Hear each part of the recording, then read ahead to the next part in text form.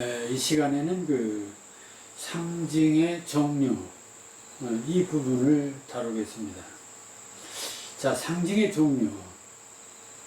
앞서도 말씀드렸습니다만, 이 우주는 일종의 상징의 숲이다.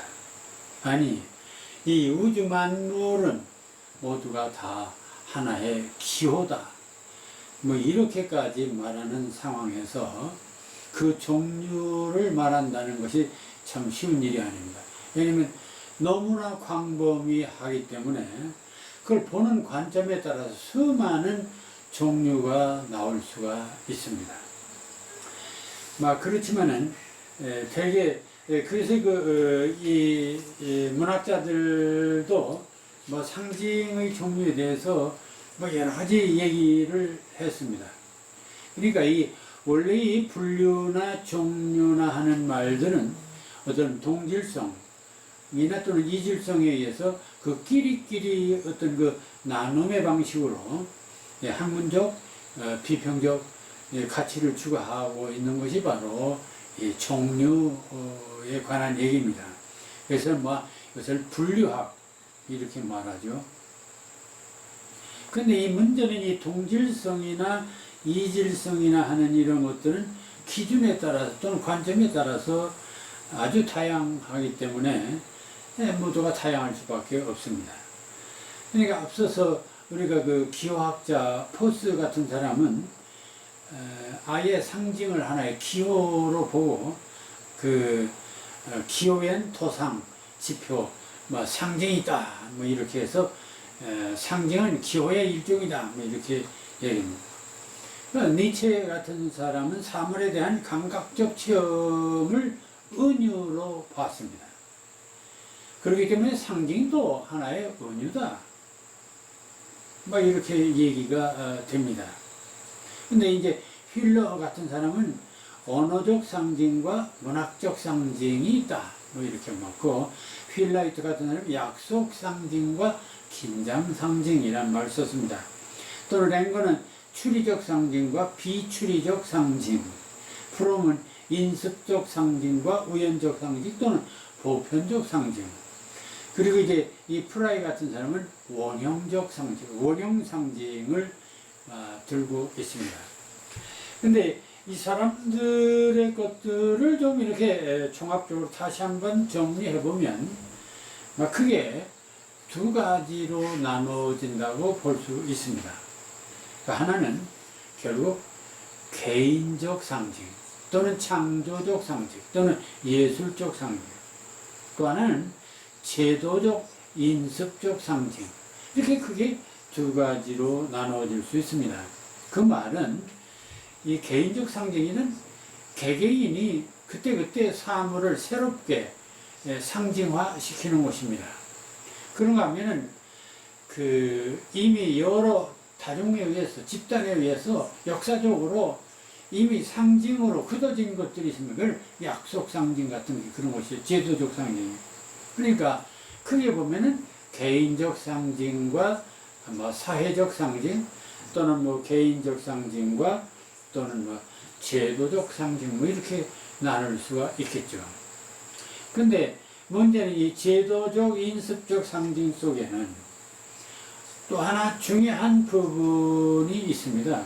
그게 바로 원형적 상징. 그것은 그냥 단순히 한 시대의 제도나 어떤 한 시대의 집단이나 한 시대의 사회, 한 시대 또 한 그룹의 민족이 만들어 놓은 그런 상징이 아니고, 인류가 오랜 역사에서부터 지금까지 지내오면서 갖게 되는 아주 보편적인 상징이 있습니다. 그래서 그런 것을 원형적 상징이다. 그러니까 이제 굳이 나눈다면은 개인적 상징, 제도적 상징, 그리고 원형적 상징 이렇게. 근데 원형적 상징은 넓게 보면은 제도적 상징에 속한다고 할 수도 있죠. 그래서 이 개인적 상징과 이 제도적 상징, 이 원형적 상징, 이 부분에 대해서 좀 구체적으로 얘기를 나눠보도록 하겠습니다. 그래서 이 시간에는 주로 이 개인적 상징, 문제와 이 제도적 상징, 이 부분을 다루도록 하겠습니다. 이 개인적 상징은 사람들이 다 알고 있든가 짐작할 수 있는 그런 보편적이고 공식적인 그런 약속된 그런 상징이 아니라 자신의 주관과 어떤 창조적, 창의적인 상상력을 가지고 독창적으로 명명한 상징입니다. 자, 그러니까 이것은 지금까지 사람들이 시도하지 않았던 완전히 새로운 이런 창조 개발이 되는 것이죠.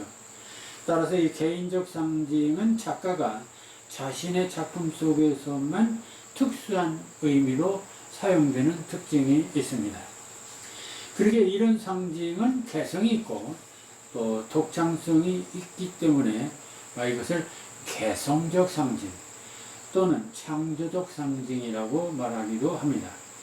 그러니까 그 대표적인 것이 이 문학작품이나 이 예술작품에서 드러나는 이런 상징적 현상들이 그런 개인적 상징 또는 창조적 상징이라고 말할 수 있습니다. 근데 여기서 하나 또 기억해야 될 것은, 그러면 모든 예술작품은 이런 개인적 상징 또는 창조적 상징만 사용하는 것이 예술적이고 가치 있는 작품이냐? 그것은 아닙니다.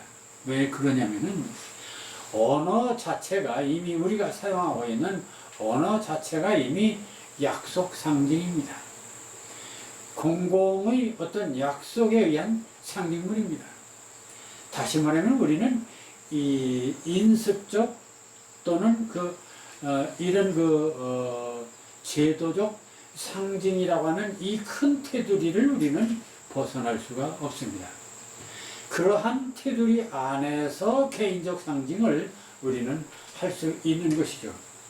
이런 점에서 어쨌든 큰 테두리 안에서는 우리는 인습적, 제도적, 사회적 상징 속에서 살고 있습니다. 그렇기는 하지만은 우리가 작품을 쓸 때 개별적으로 그런 제도적, 인습적 상징을 벗어나서 독창적으로 상징화 시킬 수가 있다는 것이죠. 따라서 모든 작품은 이런 제도적 상징과 개인적 상징의 혼합물이다, 이렇게 볼 수도 있겠습니다. 그럼에도 불구하고 어쨌든 그 개인적 상징이 보다 많은 비중을 갖고 있을 때 보다 더 예술성을 얘기할 수 있는 것은 사실입니다. 자, 이런 시를 한번 보야겠습니다. 이 김수영의 눈이라는 시가 있습니다. 눈. 자, 이 시는 이렇게 써 있습니다. 눈은 살아있다. 떨어진 눈은 살아있다. 마당 위에 떨어진 눈은 살아있다. 여러분들, 지금까지 물론 눈에 대해서 우리는 많은 작품도 썼고 또 눈에 대한 우리는 생각을 갖고 있습니다. 소위 인식을 갖고 있습니다. 여러분들 눈이 뭡니까? 눈은 겨울에 오는 눈이고 백설이고 그것은 결백이나 순수 또는 차가운 것 이런 등등의 의미도 갖고 있습니다. 그런데 이 김수영의 이 눈이라는 시를 보면 눈은 살아있다 라고 했습니다. 떨어진 눈은 살아있다. 그 눈에 대한 일반 눈은 희다, 눈은 결백하다, 순수하다 이렇게 쓰지를 않고 눈은 살아있다. 떨어진 눈은 살아있다. 살아있는 눈, 이런 그 독특한 발상으로 눈이라고 하는 것을 어떤 상징적 언어로 살아있는 눈이라는 어떤 의미에서 눈을 사용하고 있습니다. 따라서 이것은 어디까지나 일반적인 개념의 눈은 아닙니다. 독창적이죠. 개성적이죠. 자, 그래서 이런 그 마당 위에 떨어진 눈은 살아있다 하면서 기침을 하자. 젊은 시인이여 기침을 하자 하고서 기침하자고 또 나옵니다. 그러니까 눈이라는 것도 상징적 의미로 쓰였고 독특하게 썼죠. 그러니까 개성적입니다. 기침을 하자 젊은 시인이여 기침을 하자 하고 또 젊은 시인에게 기침을 요청하고 있습니다. 그래서 이 젊은 시인의 기침은 또 무엇일까? 일반적으로 기침은 감기 들린 사람이라든지 이런 사람들이 할 수 있는 건데 젊은 시인 보고 또 기침을 하자고 했습니다. 그러면은 이 기침도 하나의 개인적인 상징화된 그런 언어라고 봐야겠습니다. 근데 눈에 대고 기침을 하자. 눈들어 보라고 마음 놓고 기침을 하자. 눈을 향해서 기침을 하자고 하고 있습니다. 그러니까 기침도 독특하고 눈도 독특합니다. 그리고 젊은 시인에게 호소하고 있습니다. 그렇다면 눈, 기침, 젊은 시인 이 모든 것들이 다 독특한 그런 상징어들이다. 왜냐면 원관념이 없으니까요. 자, 이렇게 볼 수가 있습니다. 자, 그리고 그 다음에도 역시 너는 살아있다. 죽음을 잃어버린 영혼과 육체를 위하여 너는 새벽이 지나도록 살아있다. 그래서 살아있는 눈에 대한 얘기를 하는데 죽음을 잊어버린 영혼과 육체를 위해서 죽음을 잃어버린 죽음조차도 생각 않는 그렇게 볼 수 있죠. 죽음조차도 죽음을 무릅쓰고죠. 그러니까 그런 영혼과 육체 그런 거 좀 깨어있는 어떤 그런 존재 기침을 하자. 젊은 시인이여 기침을 하자. 눈을 바라보고 밤새도록 고인 가슴의 가래라도 아까 기침했는데 이제 가래까지 또 나오네요. 이렇게 밤새도록이라고 또 했습니다. 그럼 밤도 여기서는 하나의 상징화된 것이라고 봐야겠고 또 가래도 역시 상징적 그런 이미지라고 해야 되겠습니다. 그러니까 이 김수영의 시는 원관념이 뭔지는 밝히지 않고 있지만은 눈이라든지 기침이라든지 젊은 시인이라든지 밤새도록 가래라든지 이런 것들을 말하고 있습니다. 그러니까 이것은 철저히 개인적인 상징이다. 이렇게 봐야겠습니다. 물론 이건 만약 그렇다면 이게 원관념이 뭐냐? 그건 추측을 여러 가지로 할 수가 있겠죠. 눈이 살아있다는 얘기를 보니까 어떤 정의, 어떤 기백, 혼백, 이렇게 말할 수도 있겠고요. 기침은 어떤 한거, 어필한다, 투쟁한다, 이런 것도 있겠고. 젊은 시인은 뭔가 패기 있는 시이니까 깨어있는 지성, 이렇게 말할 수 있겠죠. 가래, 어떤 울분 같은 것, 어떤 불순한 것, 이런 것이라고 할 수 있고, 밤새도록의 밤이니까 어두운 암울한 시대를 향해서 항거하자는 그러한 강렬한 그러한 개인적 의지를 담고 있는 상징적인 시다. 이렇게 봐야겠습니다. 그러니까 이런 것이 전형적인 개인적 상징 또는 창조적 상징이라고 할 수 있습니다. 자, 그런데 이 창조적 상징, 이 개인적 상징을 그 문학자 힐라이트는 그 개인적 상징을 긴장 상징이라는 말을 썼습니다. 텐시브 심볼이라는 말을 썼는데 긴장 상징. 자, 왜 긴장 상징이라는 말을 썼을까? 이 긴장이라는 말, 텐시브. 이것은 은유에서도 현대 은유의 의미에서도 얘기를 했습니다. 현대 은유의 개념은 과거에는 장식적인 어떤 것으로서 은유를 말했지만 현대는 어떤 긴장의 의미라고 했습니다. 그런 긴장에는 뭐냐? 원관념과 보조관념 사이에 또는 이미지와 이미지 사이에 나타나는 여러 가지 충돌, 상호 충돌, 이런 걸 통해서 나타나는 이런 긴장감, 이런 얘기를 했습니다. 그러니까 현대는 현대 문학 또는 현대 시가 추구하는 그런 이미지라든지 정서라든지 이런 것들은 하나의 긴장감을 조성하는 것.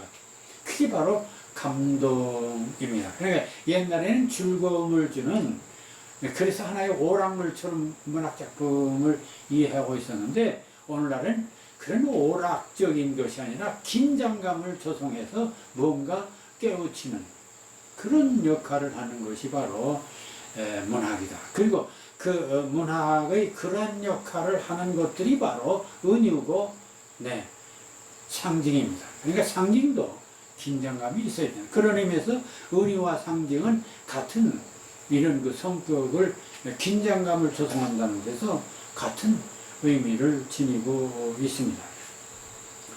그 하트 크레인의 달이라는 시가 있습니다. 그는 거대한 해수의 속삭임을 말했고, 우리 머릿속에 람주는 플라톤이었다.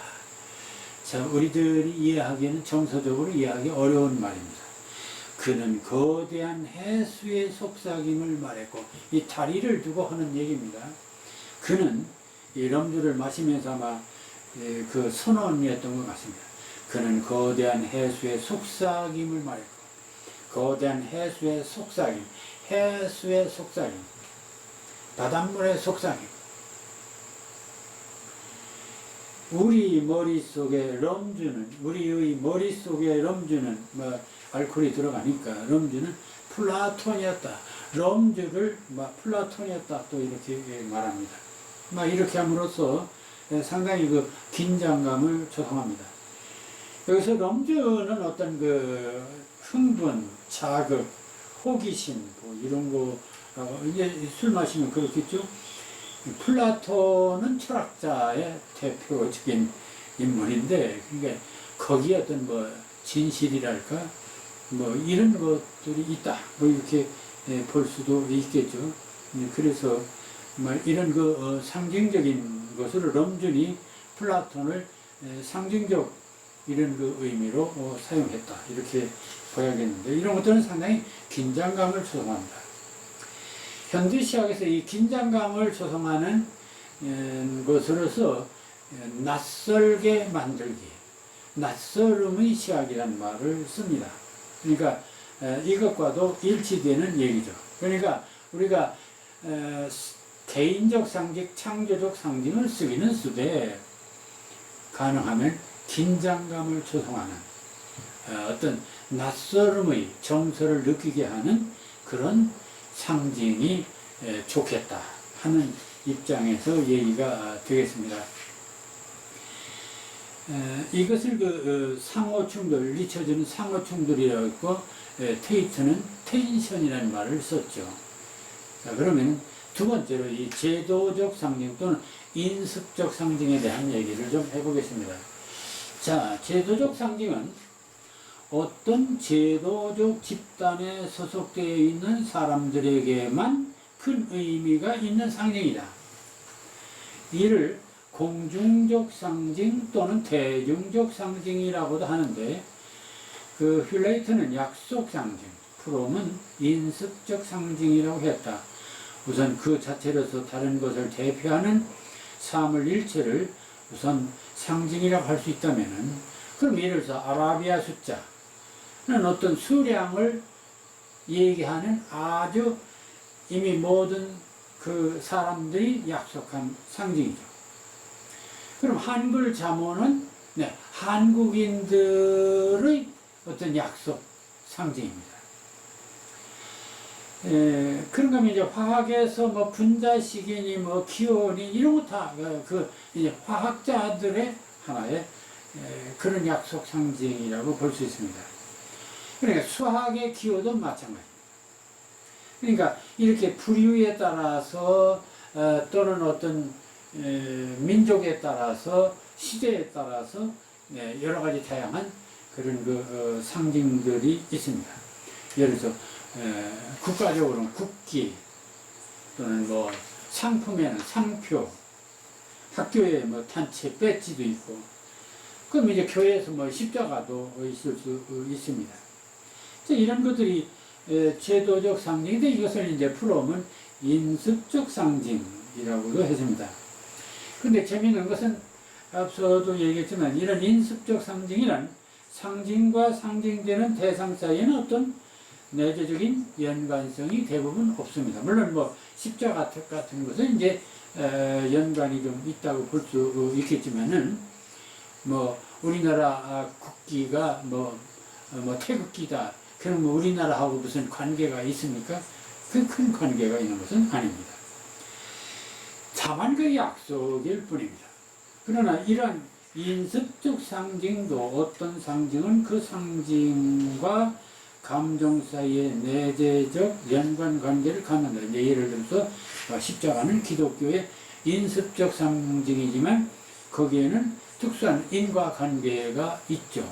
그러니까 예수 그리스도 이제 기독교의 그 신앙 중심인 예수 그리스도가 십자가에 처형당한 그런 사건을 역사적으로 갖고 있기 때문에 이것은 상당히 상호 관련성을 갖고 있다고 볼 수 있습니다.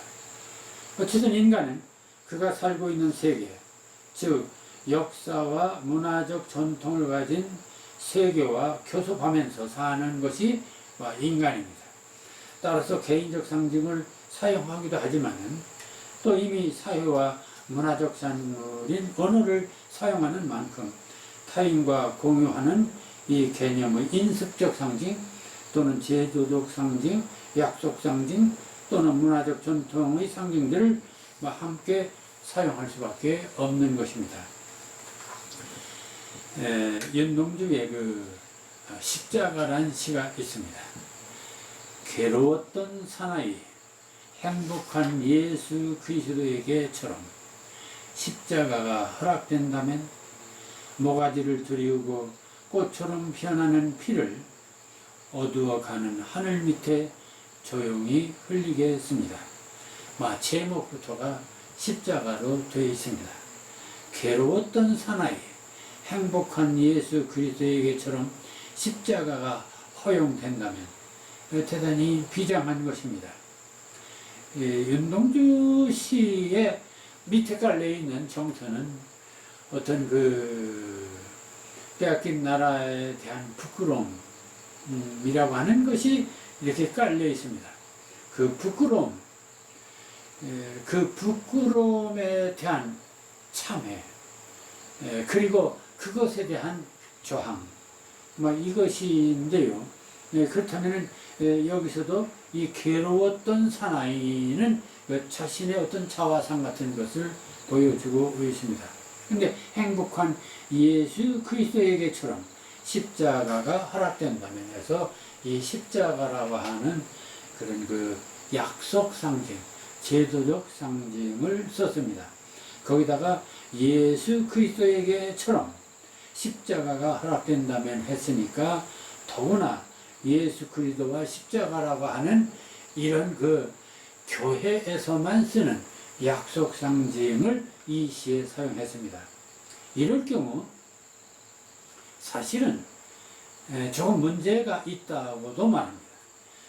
자, 그래서 허락된다면 모가지를 들이우고 꽃처럼 피어나는 피를 얻어가는 하늘 밑에 조용히 흘리겠습니다 해서 자신의 희생, 자신도 그리스도의 십자가처럼 자신도 희생하겠다, 십자가 같은 그런 그 희생을 각오하겠다고 하는 비장한 시임에 틀림없습니다.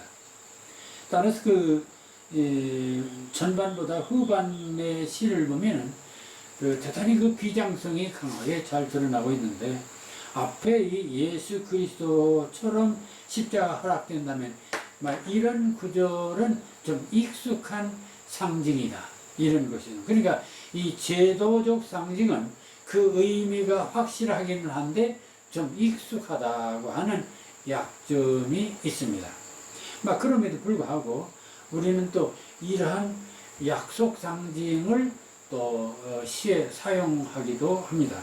이렇게 해서 이 독자와의 관계, 또 그 어떤 자신이 말하고자 하는 의미를 보다 더 설득력 있게 표현할 수 있다는 것이 바로 약속 상징의 특징입니다. 결론적으로 얘기하면 결국 우리는 작품을 쓸 때 약속 상징을 거부할 수가 없습니다. 왜냐하면 삶 자체가 이 약속 상징 속에 있고 인간은 약속 상징 속에 사는 존재이기 때문입니다. 그럼에도 불구하고 그 약속 상징 속에서 또 창조적 상징, 다시 말하면 개인적 상징을 추구해서 약속 상징과 창조적 상징이 잘 조화롭게 형성될 때 그것이 좋은 시, 이상적인 시, 훌륭한 예술 작품이라고 말할 수 있겠습니다. 오늘은 그래서 이 시간에는 이 상징의 종류 중에서 개인적 상징과 약속 상징 두 가지에 관해서 말씀을 드렸습니다.